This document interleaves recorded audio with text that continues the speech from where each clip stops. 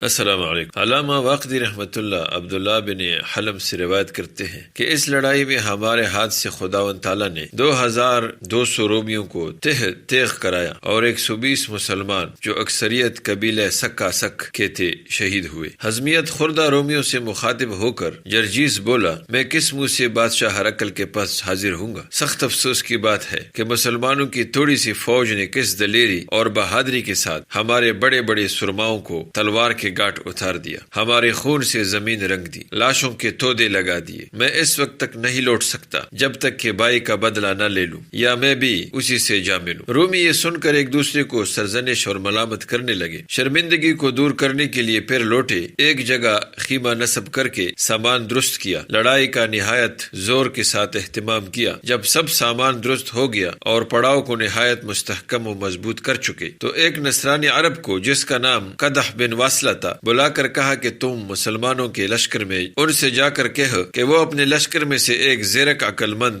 اور تجربہ کار کو ہمارے پاس بھیج دے تاکہ ہم اس سے دریافت کریں کہ وہ یہاں آنے سے کیا مقصد رکھتے ہیں۔ قدح بن واصلہ ایک تیز سبکرو گھوڑے پر سوار ہو کر مسلمانوں کے لشکر میں آیا۔ قبیلہ اوس کے چند شخصوں نے اپنے لشکر کی طرف ایک اجنبی کو آتے دیکھ کر دریافت کیا کہ یہاں آنے سے کیا غرض ہے۔ قدح نے جواب دیا کہ ملکی معاملات اور آپ کے آنے کا مقصد دریافت کرنے کی غرض سے ہمارے سردار لشکر آپ کے ایک عقل مند اور تجربہ کار شخص کو بلاتے ہیں۔ حضرت رابعہ بن عامر رضی اللہ نے کہا کہ میں جاؤں گا۔ حضرت یزید بن ابی سفیان نے فرمایا کہ رابعہ تمہارا جانا مناسب نہیں ہے کیونکہ تم نے کل کی لڑائی میں ان کے ایک بڑے عہدیدار کو قتل کیا تھا۔ آپ نے کہا باری تعالیٰ قرآن شریف میں فرماتے ہیں، ترجمہ، اے رسول آپ کہہ دیجئے کہ ہمیں کوئی مصیبت نہیں پہنچتی مگر وہی جو خداوند تعالیٰ نے ہمارے لیے لکھ دی ہے اور وہ خداوند تعالیٰ ہمارے ساتھ ہے۔ نیز میں آپ اور تمام مسلمانوں کو اس کی نصیحت کرتا ہوں کہ آپ حضرات کی تمام توجہ میری طرف رہے۔ اگر رومی میرے ساتھ کوئی بے وفائی یا فریب کاری کریں اور اس وجہ سے میں ان پر حملہ آور ہوں تو تم بھی ان پر حملہ کر دو۔ یہ کہہ کر آپ گھوڑے پر سوار ہوئے اور تمام مسلمانوں کو سلام کر کے دشمن کی طرف چل دیے۔ دوستو بقیہ حصہ اگلی قسط میں انشاءاللہ۔